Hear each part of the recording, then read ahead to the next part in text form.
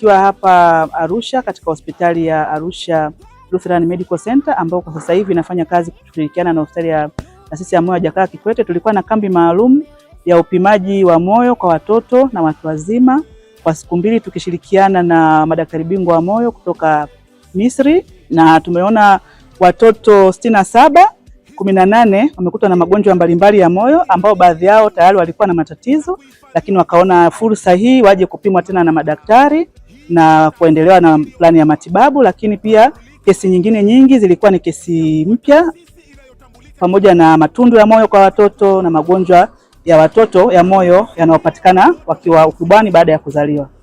Lakini pamoja na hayo tumeona wagonjwa 226 watu wazima, 102 walikuwa ni wanawake, 114 walikuwa ni wanaume, na wagonjwa hao wengi wamegundulika na matatizo mbalimbali ya moyo, shinikizo la juu la damu, moyo kutanuka, matatizo mbalimbali ya umeme katika moyo, na baadhi yao tumeweza kuwapa referral kwa ajili ya matibabu zaidi, wengine wakihitaji matibabu ya haraka ya intervention kwa kutumia tundu dogo, ikiwa ni pamoja na kuwekewa na betri kwa ajili ya kupandisha mapigo ya moyo na ufanyaji kazi wa moyo, lakini wengine walihitaji intervention mbalimbali kwa sababu ya kuziba mishipa ya moyo ya damu na pamoja operation za moyo.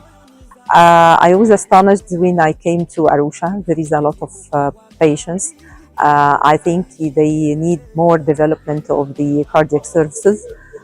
We found a lot of cases in this camp. It is around 300 patients we interviewed in this camp.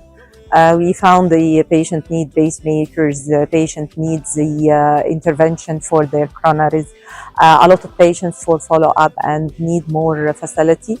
I think it is a great step in the collaboration between the hospital and the GKCI in developing the cath lab.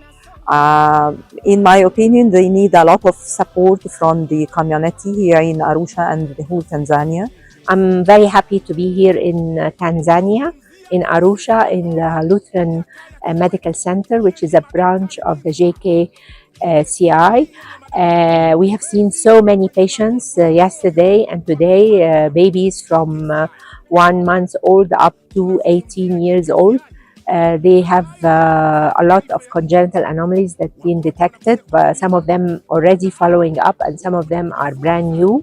Many patients will be referred for interventions, whether catheter or surgery. These interventions are life-saving.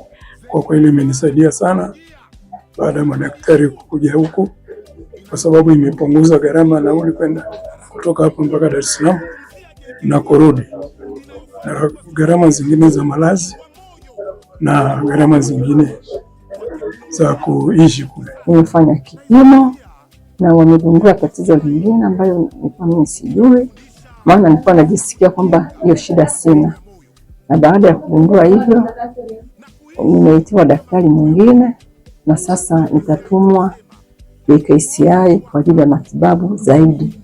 Wamenisaidia sana. Ya moyo wako ni jukumu letu.